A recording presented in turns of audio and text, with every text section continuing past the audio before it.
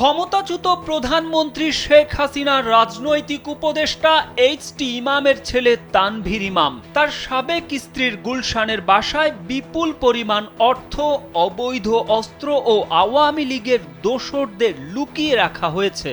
বাসাটিতে ২০০ থেকে ৩০০ কোটি টাকা পাওয়া যেতে পারে এমন তথ্যের ভিত্তিতে মঙ্গলবার মধ্যরাতে দরজা ভেঙে ২০ থেকে ২৫ জন লোক বাসাটিতে ঢুকে পড়ে।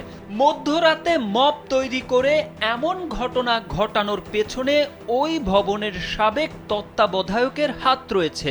তার নাম শাকিল আহমেদ। তিনি লোক জড়ো করে বাসাটিতে ভাঙচুর ও লুটপাটের উস্কানি দেয়। স্যান্ডেলিনা সো, রূপচর্চায় আভিজাত্য।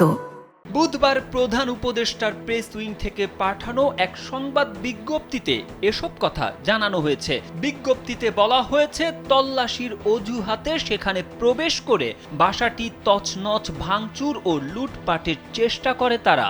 999 এর মাধ্যমে খবর পেয়ে রাত 12:30টায় ঘটনাস্থলে আসে গুলশান জোনের ডিসি, গুলশান থানার ওসি সহ সেনাবাহিনীর সদস্যরা।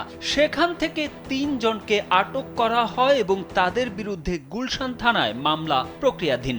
প্রাথমিক তদন্তে জানা গেছে, শাকিল আহমেদ এক সময় বাসাটিতে কেয়ারটেকারের কাজ করত। সেই মূলত জনতাকে ২০০ থেকে ৩০০ কোটি টাকা পাওয়া যেতে পারে তথ্য দিয়ে বাসাটিতে তল্লাশি চালানোর জন্য উস্কানি দেয়।